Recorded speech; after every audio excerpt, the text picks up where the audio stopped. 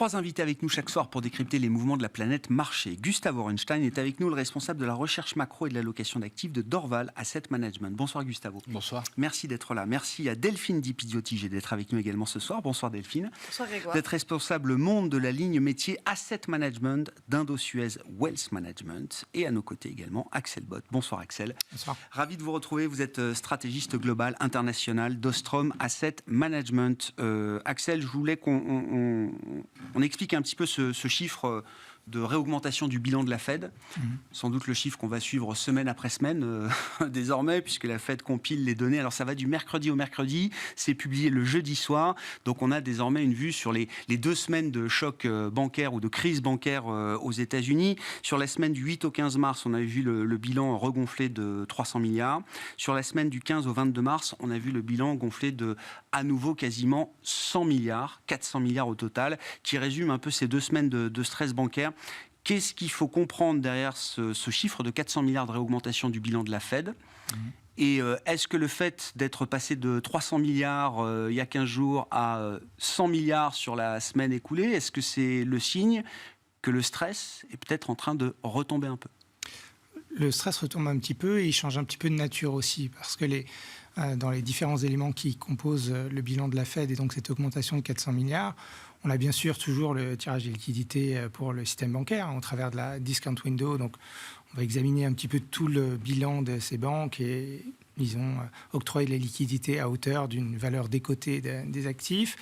Il y a ce nouveau nouvel instrument qui prête sans décoter les valeurs, sans impacter des évolutions du marché, les avoirs en treasuries ou en MBS. Donc ça, on prête au pair.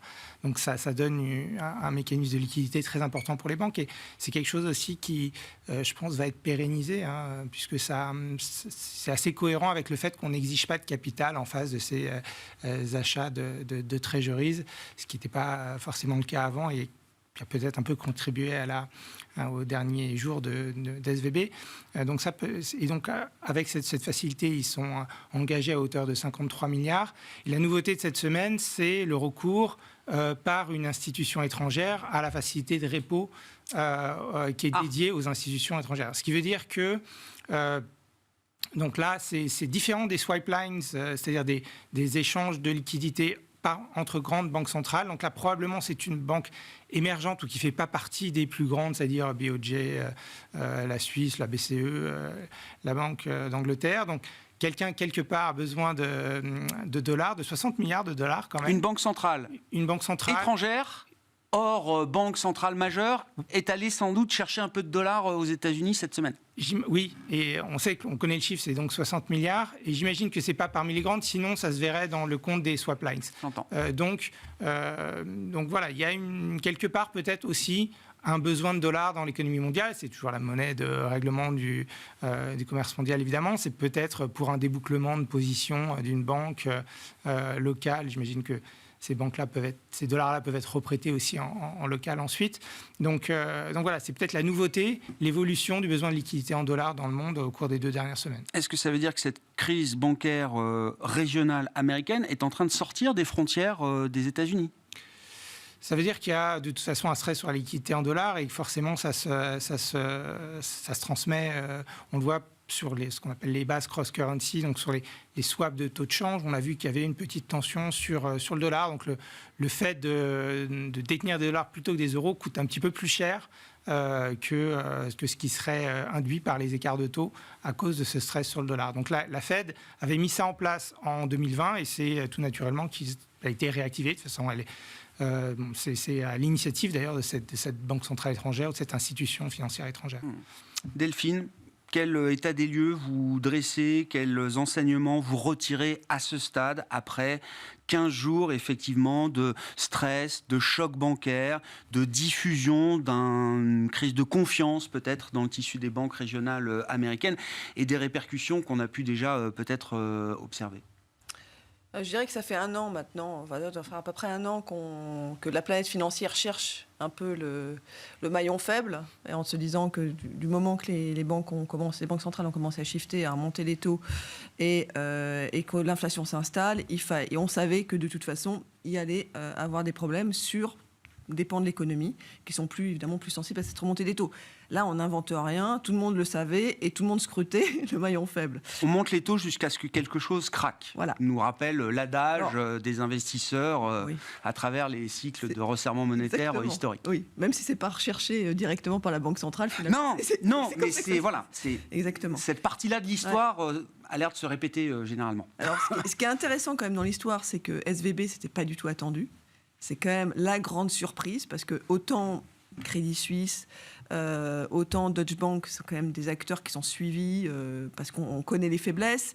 Ce qui est aussi dans le collimateur, c'est évidemment tout ce qui est impacté, donc, comme je le disais, par la remontée des taux. Donc les marchés qui sont largement leveragés, notamment je parle du secteur immobilier, là où c'est le plus impacté, ça peut être la Suède par exemple, ça va être pour l'Europe, ça va être des pays comme la Suède, ça va être comme l'Australie, plus le Canada, où il y a un endettement qui est fort et où cet endettement, en plus, il est plutôt en variable. Ce n'est pas le cas aux États-Unis aujourd'hui, où clairement, on a une sensibilité au taux qui n'est clairement très faible, puisqu'il y a 10% des Américains qui sont en taux variable sur cette partie-là. Enfin, très différent des subprimes. Complètement différent, puisqu'à l'époque, on était à plus de 30%. Donc, finalement, c'est pour ça que c'est la grosse surprise quand même vient même c'est pas lié au immobilier du tout pour SVB, mais c'était quand même une surprise. Maintenant, là, ce qui n'est pas une surprise, c'est sur les banques européennes, les acteurs qui sont aujourd'hui le plus impactés, parce que c'est des banques nordiques, parce que là on n'en parle pas, mais quand même les banques nordiques qui sont très impactées par la baisse, parce que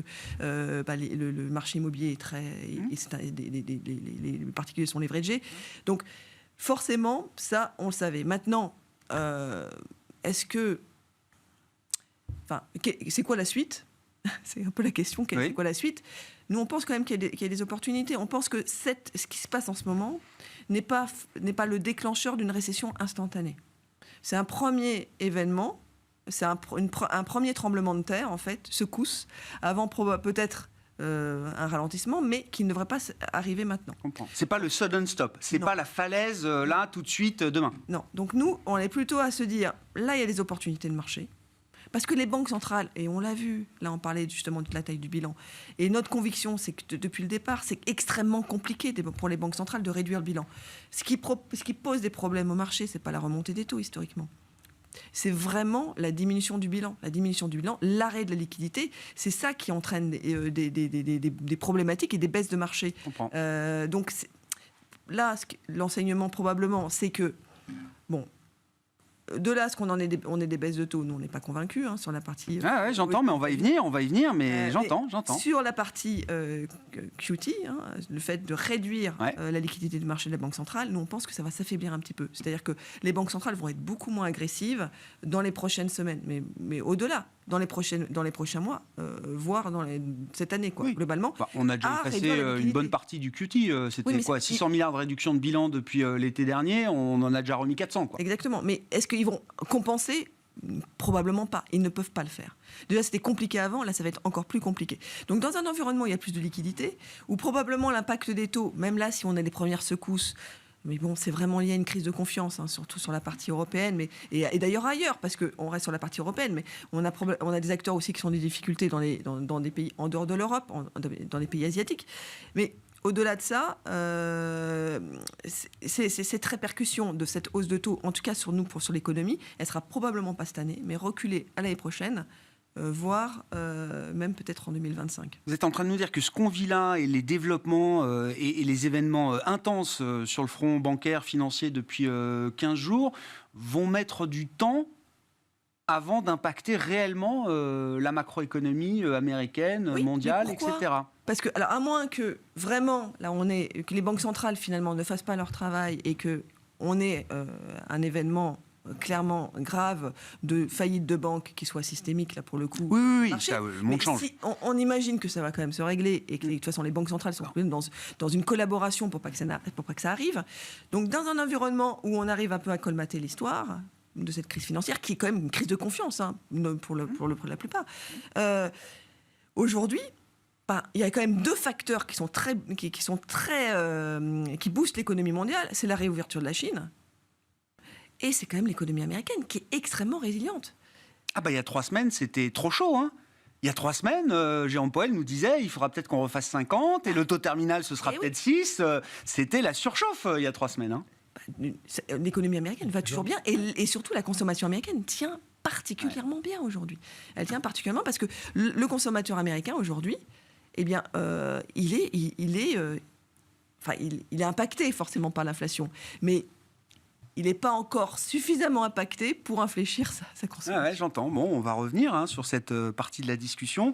Vos commentaires, Gustavo, sur la situation bancaire et sur la manière dont les banques centrales ont trouvé un nouvel équilibre pour à la fois ne pas capituler sur la lutte contre l'inflation, c'est ce que j'ai compris quand même des dernières décisions, puisque toutes les grandes banques centrales, depuis la réunion de la BCE la semaine dernière, en passant par la Fed cette semaine, la Banque d'Angleterre, la Norges Bank, la BNS, toutes ont délivré les hausses de taux qui étaient attendues.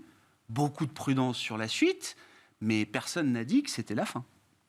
Non, effectivement, il y a plusieurs choses. Bon, d'abord, sur les banques et le système bancaire, c'est vraiment un des secteurs de l'économie où il y a la porosité la plus importante entre banques, entre pays, entre zones géographiques. C'est pour ça que c'est là où ça se contamine le plus vite. Il y a ça, il y a le secteur manufacturier avec les chaînes. Ça, on l'a vécu, 2020-2021, les chaînes de valeur, ces difficultés globales lorsqu'il y a un morceau de la chaîne de valeur des secteurs manufacturiers qui va mal. Ça impacte tout le monde. Les banques, c'est ça, mais encore plus fort. La porosité est très très forte, ce qui explique que ça se répartit généralement très très vite dans le monde entier, même s'il y a des différences très importantes entre les différentes régions. Et on rappelle aussi toujours la même chose, c'est que les banques, on en parlait, il y a un livre même qui s'appelle comme ça, les banques sont fragiles à dessein, je dirais même, elles sont par nature comme ça. On pourra réguler autant qu'on veut et on continuera à réguler de plus en plus, c'est plutôt parti comme ça. Mais forcément, la nature même de ce qu'elles font les rend toujours fragiles au run. C'est bank run. Le mot confiance a été effectivement, c'est vraiment que de la confiance. Et c'est pour ça que la réaction des autorités a été assez forte. Et ça, c'est la bonne nouvelle je pense de cette période. C'est que 2008 est déjà passé par là et que du coup, les réactions étaient très fortes, ce qui explique évidemment les fournitures de liquidités illustrées par la hausse des bilans, simplement, qui fournissent les liquidités nécessaires pour que les banques puissent faire face au retrait et à cette difficulté de circulation de la monnaie. Concernant la réaction des banques centrales, ce qu'elles essayent de faire aujourd'hui, c'est de mettre en avant le principe de séparation, cette idée qu'on peut, avec les taux d'intérêt, lutter contre l'inflation et avec les ratios prudentiels, la liquidité, d'autres soutiens, on peut aider le système bancaire. Donc l'idée qu'on peut faire les deux à la fois, c'était le message de Christine Lagarde et de Jérôme Powell. Bon, ça c'est sûrement vrai jusqu'à un certain point. Ouais. Et le point exact, on ne sait pas. Ça dépend vraiment, justement, comment la panique continue à avancer. Elle peut s'arrêter. Je sais que là, il y avait une réunion entre Yellen et d'autres autorités prudentielles aux États-Unis. Il va voir ce qu'ils vont communiquer. Parce qu'il s'agit simplement de rassurer. Les bank runs, on a tous vu le film Mary Poppins, vous savez. Quand l'enfant commence à vouloir récupérer son sou. Et son penny, le père dit non, et tout le monde entend non. Ah, la grande différence avec Mary Poppins, c'est que là, un bank run, c'est en 3 heures. C'est ça aussi. Vous parliez de la vitesse de réaction des banques centrales. Heureusement, parce que la vitesse des bank runs, je ne sais pas par combien elle était multipliée en 10 ans, mais là, c'est 40 milliards de sorties de dépôt pour SVB en quelques heures. Mais la régulation n'était peut-être pas adaptée sur la question de la liquidité. On a beaucoup travaillé sur la solvabilité, mais la question de la liquidité partait toujours du principe que les dépôts, c'est sticky. Enfin, ça ne part pas très vite. Il y a de la viscosité. C'est visqueux, voilà. C'est visqueux. C'est vrai que les gens ne font plus la queue à la banque, à aller récupérer l'argent, sauf qu'on a tous des applis avec 2-3 banques, et puis il suffit juste de passer de l'une à l'autre, d'envoyer un ordre. Et quand on est comme SVB, une banque où c'est vraiment que du business, alors là, c'est directement 10, 15, 20 millions de dollars qui partent. Donc ça va beaucoup, beaucoup plus vite. Effectivement, les réseaux sociaux, tout ça fait que la vitesse de déplacement des dépôts, qui pourtant était censée être ce qu'il y avait de plus visqueux, est peut-être plus forte que ce qu'on pensait. Et donc, dans le modèle de funding des banques, c'est aussi une question qui va se poser. Donc les banques sont parties pour plus de régulation. Et je dirais qu'aujourd'hui, on peut espérer qu'effectivement le côté panique s'arrête et que des faillites de banques, on n'en ait pas. En revanche, la rentabilité future des banques, c'est toujours une question très complexe. Parce que la régulation, etc., est plutôt là pour contraindre cette rentabilité. Sur le phénomène des dépôts, on a beaucoup parlé cette semaine parce que je comprends qu'il y a 2 choses. Il y a le manque de confiance que certains Américains peuvent avoir aujourd'hui vis-à-vis de leur banque régionale. Là, Janet Yellen s'exprime tous les jours, elle ajuste un peu le tir, pas de garantie totale, mais une garantie au cas par cas, on en fera plus si nécessaire, etc. Mais j'ai le sentiment aussi qu'il y a la révélation que le déposant américain, avec cette crise, a regardé la rémunération de son compte de dépôt et a regardé ce que proposaient des produits monétaires une semaine, 1 mois, 3 mois, 6 mois aujourd'hui. Cet aspect-là, c'est pas un problème de confiance, c'est simplement un arbitrage tout à fait rationnel de l'homo economicus du déposant américain. Est-ce qu'une garantie supplémentaire sur les dépôts des États-Unis empêcherait ce phénomène de crise des dépôts pour les banques, qui donc implique un coût de financement, un coût de funding plus cher, une liquidité plus chère et un modèle de transformation traditionnel qui est plus du tout le même? Axel. Oui, alors mais je m'interroge sur le fait que, quand vous regardez par exemple l'encours des fonds monétaires aux États-Unis, il a été à peu près le même, à peu près constant pendant toute la durée de la hausse des taux. Donc cet arbitrage, s'il existe, il est très récent et plutôt consécutif à la faillite d'SVB en fait. Donc ça c'est quand même, ça m'interroge. On avait une énorme hausse de l'encours des fonds monétaires. D'ailleurs, en général, dans les 2 dernières récessions, c'est comme ça, c'est dans les baisses des taux que la fuite vers la liquidité et la sécurité gonfle les encours monétaires. Là, c'est un arbitrage donc, qui doit exister, effectivement, à la vitesse des applis qui sont maintenant disponibles. Et il va falloir un peu mieux appréhender ce risque.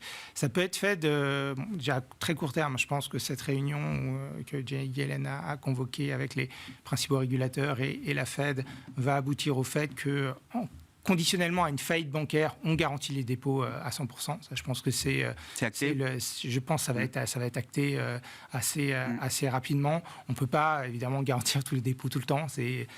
On me disait, c'est 17 000 milliards de dépôts, et si on prend juste les dépôts non sécurisés au-delà de 250 000 dollars, c'est 7 000 milliards à peu près, c'est ça? 7 000 milliards, et puis après, où s'arrête la monnaie, c'est toujours un petit peu, est-ce qu'il y a un terme sur le dépôt que vous voulez assurer par un autre? On peut toujours discuter de ces choses-là, mais effectivement, c'est de la confiance distribuée, la banque, de façon inhérente, c'est quelque chose qui est fondamentalement fragile. Donc, on ne peut pas garantir l'intégralité des dépôts tout le temps. La seule façon de le faire, ce serait de dire que finalement, tout le monde ait la possibilité de faire un compte de dépôt à la Fed. Et là, à ce moment-là, vous voulez des dollars, on vous les fabrique. Mais voilà, peut-être que, je ne sais pas, on peut imaginer toute forme de solution, mais ça n'a pas l'air d'être à l'agenda aujourd'hui. Donc voilà, on a effectivement ces arbitrages. C'est peut-être une crise, c'est une crise du passif bancaire. Cette crise bancaire aux États-Unis, elle est très différente de 2008 parce que certains font des parallèles entre la faillite de New Century et SVB. Ça n'a rien à voir. C'était une crise où un prêteur subprime est submergé par une vague de défauts. Là, vous pouvez regarder tous les segments du crédit américain. Tout est au plus bas historique en termes de taux de défaut. Les cartes de crédit, les student loans, les prêts hypothécaires, y compris le commercial real estate. La plupart des secteurs sont à des niveaux de taux de défaut qui sont extrêmement faibles malgré l'énorme crise de confiance qu'on a sur ce segment-là. Donc, ce n'est pas ça le sujet. C'est vraiment le passif. Et Crédit Suisse rajoute une couche là-dessus en disant « OK, mais cette complexité qu'on a maintenant au niveau du passif bancaire, il y a Tier 1, Lower Tier 2, des seniors non-preferred, des seniors preferred. » Une structure de capital de plus en plus complexe. Structure de dette extrêmement complexe. Est-ce qu'on va vers une crise de complexité, comme on avait la crise de complexité de la titrisation en 2008, ou est-ce que les bilans sont lisibles? Est-ce que les risques sont facilement appréhendés par les régulateurs? Est-ce que ces risques, objectivement, on n'aurait jamais vu venir? On peut pas commencer, on va pas demain critiquer une banque qui a beaucoup de dépôts, qui investit en trésorerie. C'est pas possible. Mais non. Mais pourtant, ce risque-là existait. Et on l'a pas vu venir. Et donc, ces arbitrages vers le monétaire, on l'a pas vu venir parce que SVB passait sous les radars de la réglementation. Jérôme Powell a d'ailleurs dit que la Fed avait commencé à regarder, alors quelques mois avant, sans doute, la situation de SVB. Mais j'imagine qu'une grande banque systémique sous régulation BAL 3 peut pas prendre un risque de duration ou un risque de taux non couvert comme SVB l'a fait. Mais regardez les paramètres des stress tests de la Fed. Depuis 2015, on n'a pas stressé un mouvement de taux similaire à ce qu'on a connu en 2022. Donc, les stress tests, on n'a pas stressé 500 points de base. Les stress tests, les paramètres des stress tests, les stress tests sont valides à hauteur des hypothèses que vous faites. Ah bah oui. Les banques irlandaises ont toutes passé les stress tests en août 2010. En novembre 2010, elles étaient toutes en faillite. Donc, bien sûr, il faut faire des stress tests. Après, ça dépend vraiment de ce que vous voulez stresser aussi. Ah ouais. Et typiquement, on ne stressait pas le type de bank run qu'a subi SVB, c'est sûr. Impossible. C'était pas dans les modèles. Moi, on m'a raconté quand même post-Lehman, des gens dans les banques américaines, le nombre de semaines qui passaient à stresser les modèles avec des chocs de taux de 1000 points de base, jusqu'à 1000 points de base. On peut les faire en interne. Après, est-ce que le régulateur fait les mêmes ? C'est autre chose. C'était la même chose après LTCM, hein, parce que c'est exactement la même histoire. On passe en revue toutes les... Non, mais c'est l'imprévisible qui arrive. Financière. C'est le truc qu'on n'avait pas stressé. Non, mais je veux revenir. Je voulais revenir juste sur ce point-là, parce que je trouvais que c'était intéressant sur le dépôt. Ouais. Et en fait, il y a quand même une grande différence, c'est qu'aujourd'hui, quand vous êtes sur les fonds monétaires, non seulement vous êtes rémunéré, mais en plus, vous êtes propriétaire du sous-jacent. Même s'il y a la faillite du gérant, même s'il y a la faillite du dépositaire, du teneur de compte, de toute façon, vous êtes Il propriétaire. n'y a pas que du monétaire souverain, hein. Il y a aussi des petites tranches de dette bancaire ou autre mais après, dans des évidemment, produits monétaires. il peut y avoir une défaillance d'un émetteur, mais malgré tout, vous allez récupérer votre argent. Alors que quand vous déposez votre argent chez un assureur, dans une banque, bon, vous êtes garanti jusqu'à un certain montant. Ah oui, j'entends.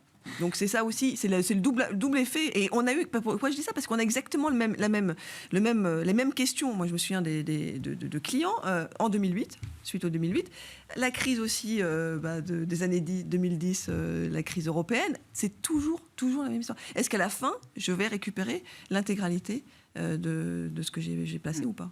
Je voulais revenir avec vous sur les propos de Delphine tout à l'heure, sur l'idée que cette crise de confiance, cette crise des dépôts bancaires aura sans doute des impacts dans la durée, mais que dans l'immédiat, il y a une situation macro de résilience qui permet peut-être d'envisager qu'on ne soit pas au bord d'une falaise, encore une fois. Alors je crois que Jérôme Powell a évoqué le terme de credit crunch, mais voilà, on a tous en tête qu'un credit crunch à la Lehman, c'est tout s'arrête du jour au lendemain. Comment on évalue, comment on réfléchit à la question de l'impact macro de ce qu'on vient de vivre depuis 15 jours, Gustavo ? Alors je dirais, d'abord il y a plusieurs types de credit crunch. Le credit crunch étant le fait qu'il y a un manque de crédit dans l'économie en général. Ça peut être quelque chose qui asphyxie lentement l'économie, qui simplement pèse sur la croissance, etc. Et pas forcément un arrêt, un effondrement généralisé de tout. Parce que 2008 était vraiment d'une violence extrême. Et je crois que là...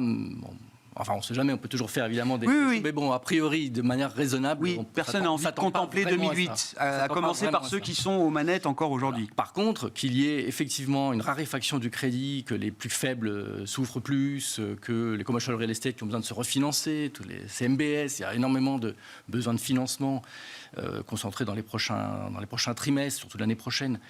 Tout ça, c'est une asphyxie dans l'économie et donc un ralentissement de l'économie. Donc les resserrements des conditions de crédit qui résultent de ce type de situation, effectivement, ralentissent le crédit, ralentissent l'économie, l'activité économique. Ce qu'il y a en face de ça, c'est ce que nous connaissons depuis déjà plusieurs mois, et on a eu l'occasion de plein d'enfants d'en parler, on est toujours dans le post-Covid quelque part, et l'économie est résiliente d'une manière qu'on a toujours un peu de mal à expliquer, mais l'explication qui semble la plus raisonnable, c'est qu'on est dans ce post-Covid, on voit les services, encore aujourd'hui, les PMI de services rebondissent fort, c'est assez étonnant, vu l'écart entre le manufacturier et les services a peut-être jamais été, enfin moi j'ai rarement vu aussi important. On a l'impression, et même dans le secteur manufacturier, c'est complexe, je pense qu'on est toujours dans le... Vous savez, cet effet bullwhip effect, on est dans des effets de chaîne de valeur.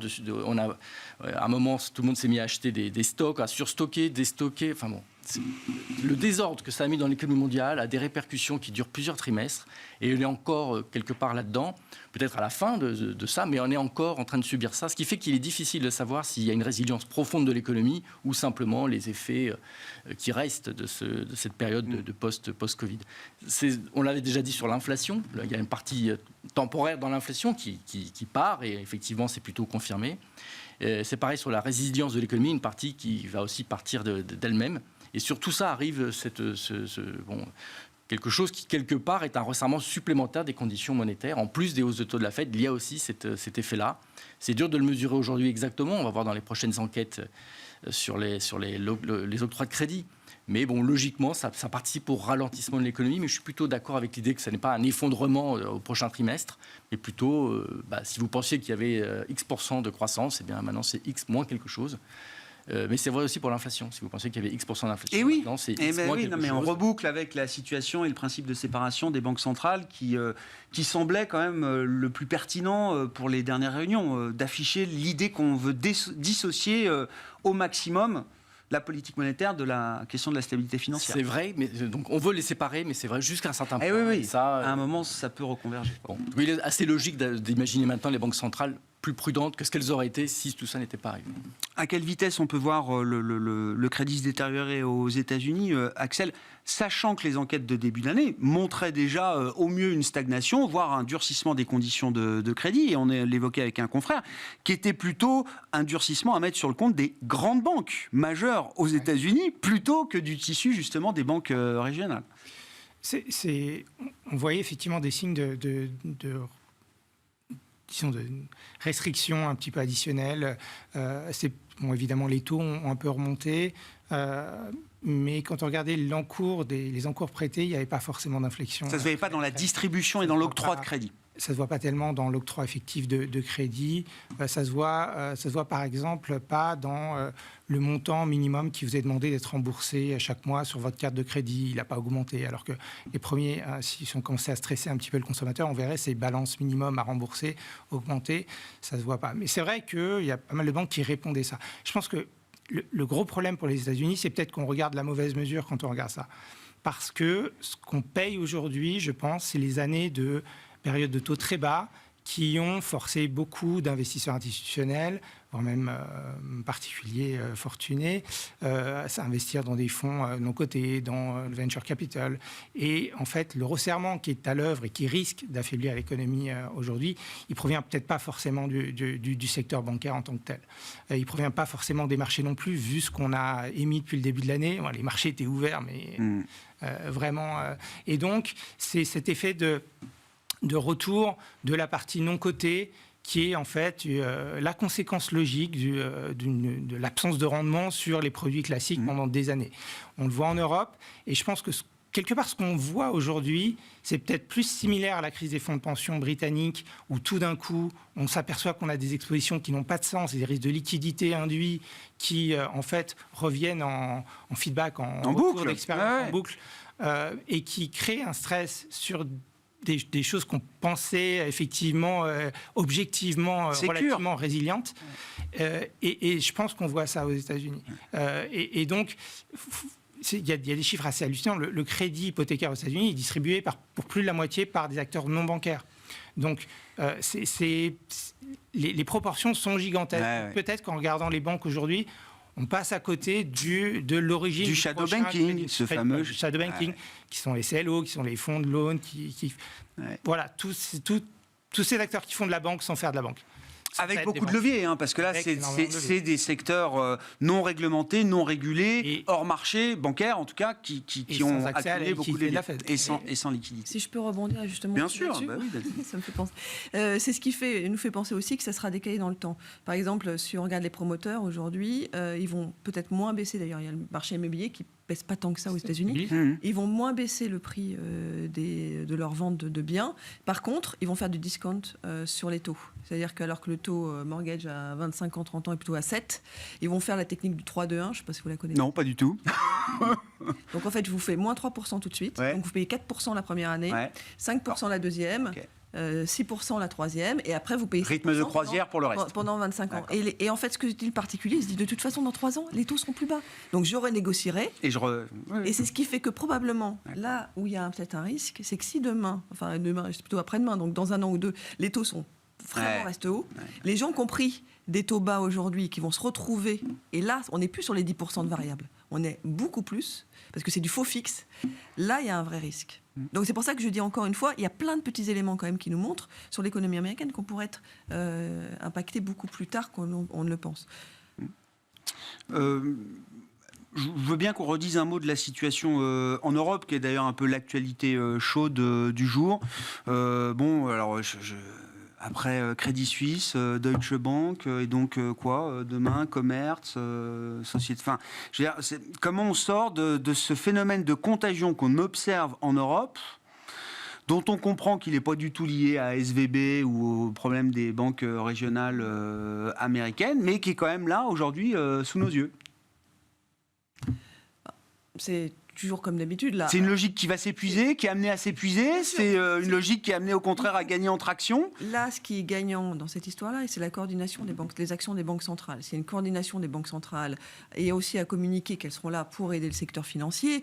Probablement, alors moins qu'on trouve encore une fois un cadavre dans le placard, ce qui n'est pas le cas actuellement encore, bien, ça devrait se tasser. Encore une fois, je pense que ce qui s'est passé avec SVB est qu'une alerte.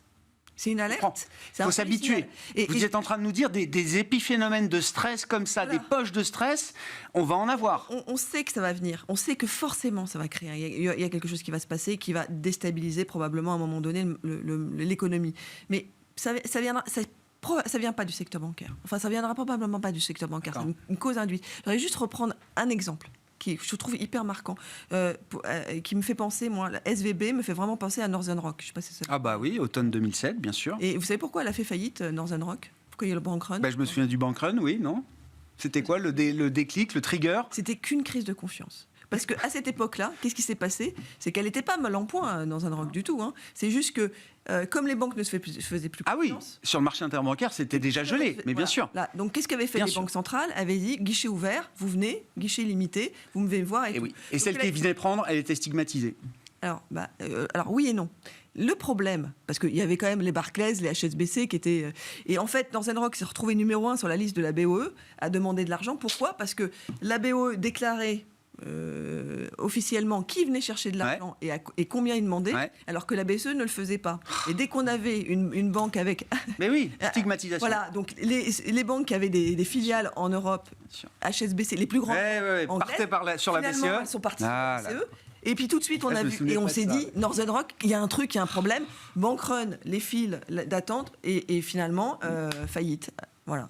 Donc c'est exactement, je trouve que c'est vraiment... Et c'était quand? Vous savez quand est-ce que c'était? Automne 2007, oui. Voilà, automne 2007. Oui, un an avant... 6 mois avant Bear Stearns et 6 mois avant Lehman. Et 1 an avant Lehman. Donc je pense sincèrement que c'est juste, encore une fois, un épiphénomène qui nous montre. Et c'est pour ça qu'il faut faire attention aux signaux faibles. Parce que c'est ces signaux faibles qui vont nous montrer, finalement, s'il doit y avoir une déstabilisation, où est-ce qu'elle sera. Qu'est-ce qui a changé dans la logique d'investissement, dans les portefeuilles ces 15 derniers jours, Gustavo? Je pensais être moins angoissé en venant, mais alors finalement, si on parle de Northern Rock...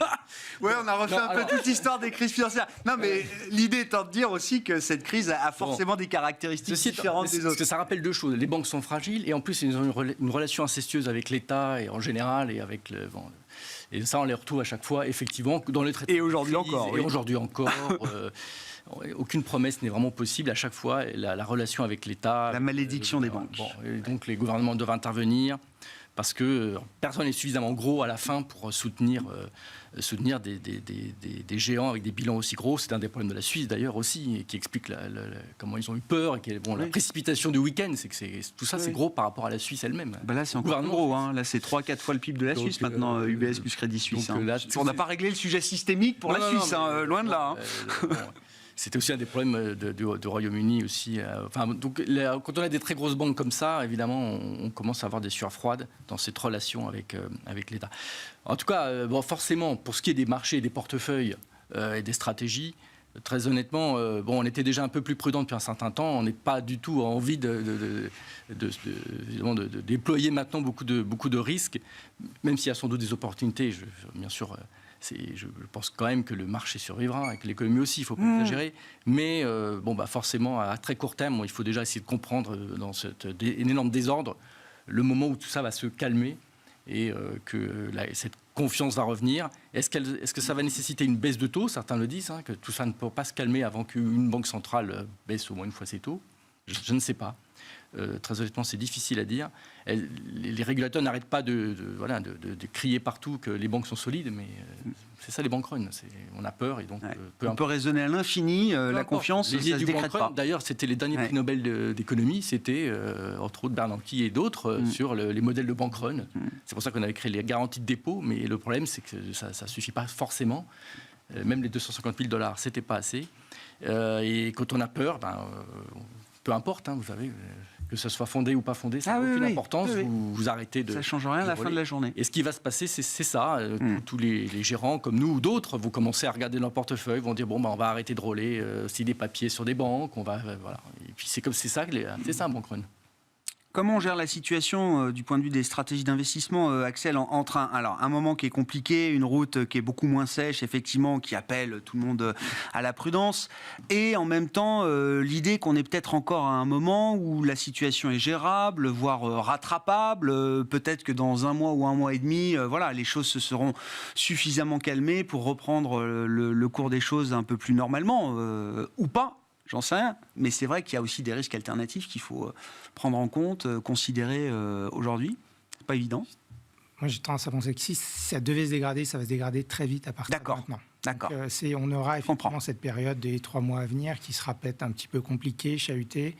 Il y a des choses qui sont totalement anormales sur les marchés et qui vont devoir un petit peu rentrer dans l'ordre. Quand on regarde la volatilité relative des taux et des actions, on ne la comprend pas. Quand on regarde la résilience très forte des spreads souverains, y compris émergents, c'est quelque chose qui nous interpelle et qui, justement, quelque part, la diversification joue bien. Il y a certaines choses qui tiennent très, très bien. On est étonné de voir le VIX ou les mesures de volatilité implicite qui sont relativement calmes, même au pire du stress. Alors, on est à 30, on est allé à 30, quoi. C'est ça, 50 sur les bancaires, mais on peut le comprendre, mais en tout cas pas 50 sur l'ensemble du marché. Donc il y a comme ça des choses qui sont assez, qui nous interpellent. L'effondrement des CMBS, au bout d'un moment, tout a un prix. Quand vous avez du risque triple B à 900 points de base, ça vous dit que pas de défaut, des valeurs d'actifs qui probablement doivent être revues, etc., un risque de refinancement important, mais on va mettre un prix sur ces choses-là. Aujourd'hui, on refuse d'en mettre. Et donc, c'est des choses qui vont comme ça un petit peu rentrer dans l'ordre. On est encore à la découverte des prix, quoi. On en découvre un peu tous les jours sur les prix, effectivement. Et donc, il y a comme ça, je pense, pas mal d'opportunités qui proviennent du fait qu'on a des choses qui marchent à l'envers. La volatilité du chat, ça n'a aucun sens. Les marchés bougent le chat, c'est le 2 ans allemand, bouge de 25 points de base tous les jours. Ouais. Donc ça ne peut pas tenir comme ça. Donc il y a des choses qui vont devoir se normaliser. La volatilité invisible dans le VIX, elle est très très visible sur les options à échéance journalière qui sont le terrain de jeu maintenant d'un peu tout le monde. C'est des choses qui vont devoir un petit peu se normaliser dans le fonctionnement même des marchés. Il y a aussi beaucoup d'écarts de valorisation qu'on peut ne pas comprendre. On n'est pas dans un fonctionnement soutenable, en tout cas en matière de régime. C'est vrai que quand on ne connaît pas le 2 ans américain ou allemand à 50 ou 25 points de base près chaque jour, c'est un peu gênant quand même. Pour conclure avec vous, rapidement Delphine, parce qu'on a écoulé le temps, mais je vous ai senti peut-être la moins... négative Oui, clairement. J'en sais rien, la moins prudente. Alors, historiquement, ça commence à faire un bout de temps que je suis sur les marchés, je pense que c'est une opportunité. Donc là, dès qu'il y a la volatilité qui monte, il faut en profiter. Et donc là, ce qu'on a fait, nous, on est plutôt en train de se renforcer sur les banques, clairement, aujourd'hui, mais on va plutôt vendre des puts. D'accord. En se renforçant sur les banques. Donc la volatilité remonte, on se remet à l'achat sur 10% en dessous, et sinon on encaissera la prime qui est très très confortable aujourd'hui. On revient sur les États-Unis, clairement. Voilà, et je pense qu'il y a des opportunités aussi sur le secteur, on n'en parle pas, mais sur le secteur de l'immobilier, parce que le secteur immobilier coté, il a moins 50%. Ah oui, lui il a directé violemment. Ouais. Très cher. Donc est-ce que vraiment ça reflète... Donc je pense qu'il y a vraiment des opportunités. Alors, on achète de toute façon jamais au plus bas. Jamais. Et si on veut plus d'incertitude, de toute façon, c'est là qu'il n'y a plus d'opportunités. Donc, il faut profiter des incertitudes pour regarder le rationnel du marché et se repositionner. Donc, c'est notre vue. C'est un moment d'opportunité. Merci à vous trois. Merci d'avoir été les invités de Planète Marché ce soir. Delphine Di Pizzo-Tiger, Indo-Suez Wealth Management, Axel Bott, Ostrom Asset Management et Gustavo Ronstein, Dorval Asset Management.